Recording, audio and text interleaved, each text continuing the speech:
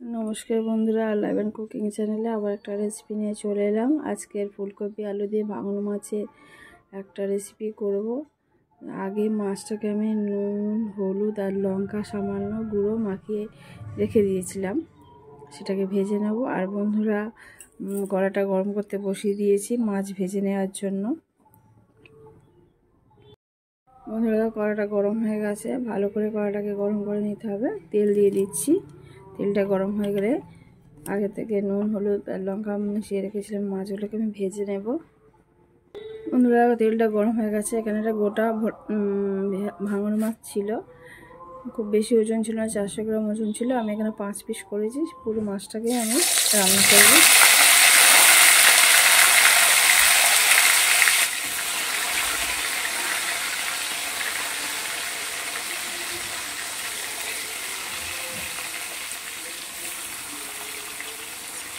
মাছটাকে একটু ভালো করে ভেজে নেব। মাছগুলোকে উল্টে দিচ্ছি। এটা মূলত ভেড়ির মাছ। আমি অনেক সময় নদীতেও পাওয়া যায় মাছগুলো। এগুলো ঝোল ঝাল তুমি যাই করো না কেন খেতে খুবই ভালো লাগে। তো আমি ফুলকপি দিয়ে শীতকালে যেহেতু ফুলকপি এখন অ্যাভেলেবেল হয়ে গেছে, যে ফুলকপি দিয়ে আমি কষা কষা করবো। সবজিটাও পাওয়া যাচ্ছে, মাছটাও খাওয়া যাচ্ছে। হ্যাঁ, ভালো করে আমি মাছগুলোকে ভেজে নেব। বন্ধুরা মূলত মাছগুলো কাঁটা থাকে না, বাচ্চারাও খুব ভালোভাবে খেতে পারে।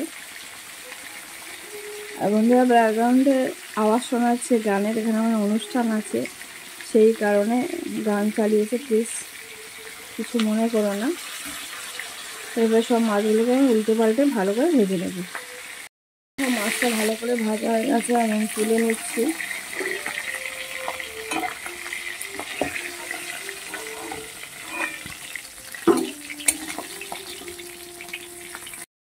ভাজার যে তেলটা আছে তাতে আলু দিয়ে দিচ্ছি।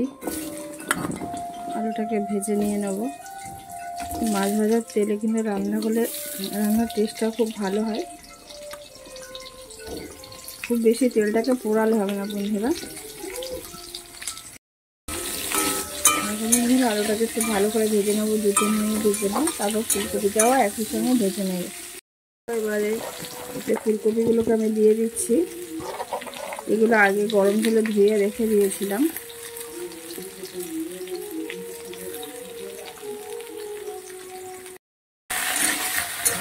দেখো এগুলো ভেজে নিচ্ছি, ভালো করে লাল লাল করে ভেজে নেব। আলাদা করে ভাজবো না, এখানটায় আলু ফুলকপি একসঙ্গে ভেজে নিয়ে মশলা দিয়ে এই রেসিপিটা করে নেব। এই ঝোলটা করে নেব। বন্ধুরা একবার করে দেখো, খুব ভালো লাগে খেতে, ভীষণই ভালো লাগে, খুব টেস্টি হয়। দেখো ফুলকপি আলু অনেকটা ভাজা হয়ে গেছে। এবার আমি একটা বড় পেঁয়াজকে গ্রেট করে রেখেছিলাম, সেটা দিয়ে দিচ্ছি। তোমরা কুচিও দিতে পারো। আমি বেশিরভাগ সময় গ্রেট করা জিনিসই ব্যবহার করি। দেখো পেঁয়াজটা দিয়ে 2 মিনিটের মতো এটাকে ভেজে নেব সবজির সঙ্গে। এবার রসুন গ্রেট করে রেখেছিলাম 5-6 কোয়া, সেটাকেও দিয়ে দিচ্ছি। দিয়ে এটাকে মিনিট দিয়ে আমি কষিয়ে নেব সবজির সঙ্গে। কিছুটা আদা গ্রেট করে রেখেছিলাম, সেটাকেও দিয়ে দিচ্ছি। দিয়ে 30 সেকেন্ডের মধ্যে আদাটা আমি কষাবো, খুব বেশি আদাটা ভাজার দরকার নেই। একটা টমেটো কুচিয়ে রেখেছিলাম, সেটাকেও দিয়ে দিলাম। আর কিছুটা কাঁচা লঙ্কা, 2টো কাঁচা লঙ্কাকে কুচিয়ে রেখেছিলাম, সেটা দিয়ে দেবো। দিয়ে মিনিট 2 এটা ভালো করে কষে নেব। আর এই সময় সামান্য লবণও তোমরা দিতে পারো, কিন্তু আমি লবণটা করে দেবো। এখানে আমি লঙ্কা হলুদ জিরে গুঁড়ো ধনে গুঁড়ো আর লবণ মিশিয়ে জলে মিশিয়ে রেখেছিলাম, সেটাকে দিয়ে দিচ্ছি। তোমরা আলাদা আলাদা ব্যবহার করতে পারো, কিন্তু আমি দুটো সবজিটা একসঙ্গে ভাজছি, ওই জন্য একসঙ্গে আমি গুলে রেখেছিলাম। দিয়ে আমি আরও 2 মিনিটের মতো মশলাগুলোকে এই সবজির সঙ্গে কষিয়ে নেব।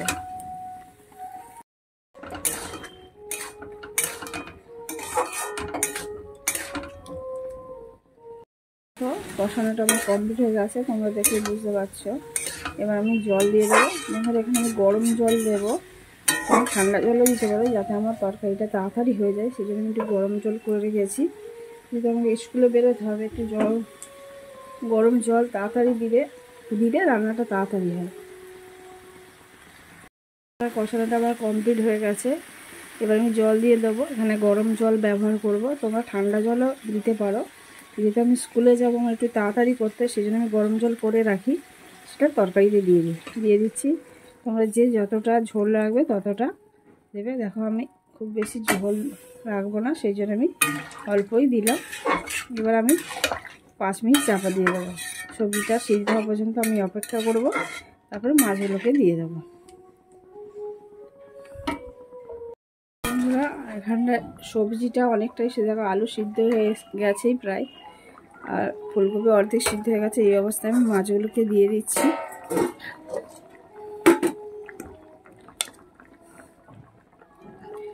মাছগুলোকে দেওয়ার পরে আমি মিনিট দিয়ে ফুটিয়ে নেব। ফুটিয়ে নিলে আমার এই রেসিপি কমপ্লিট হয়ে যাবে। বন্ধুরা এই ভাঙন মাছ দিয়ে ফুলকপির রেসিপি যদি তোমাদের ভালো লেগে থাকে, তাহলে অবশ্যই একটা লাইক করে দিও, আর অবশ্যই বাড়িতে ট্রাই করবে। কেমন খেতে লাগে দেখে আমাকে নয় কমেন্ট করো।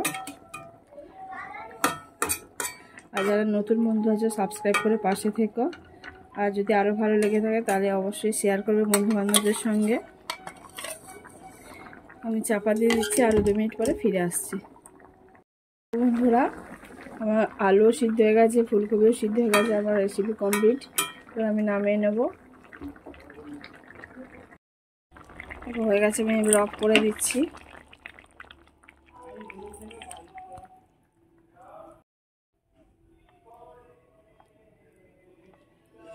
বন্ধুরা আজকের রেসিপি আমার এই পর্যন্ত। আবার অন্য কোনো রেসিপি নিয়ে তোমাদের সামনে চলে আসবে। ততক্ষণ তোমরা ভালো থেকো, সুস্থ থেকো।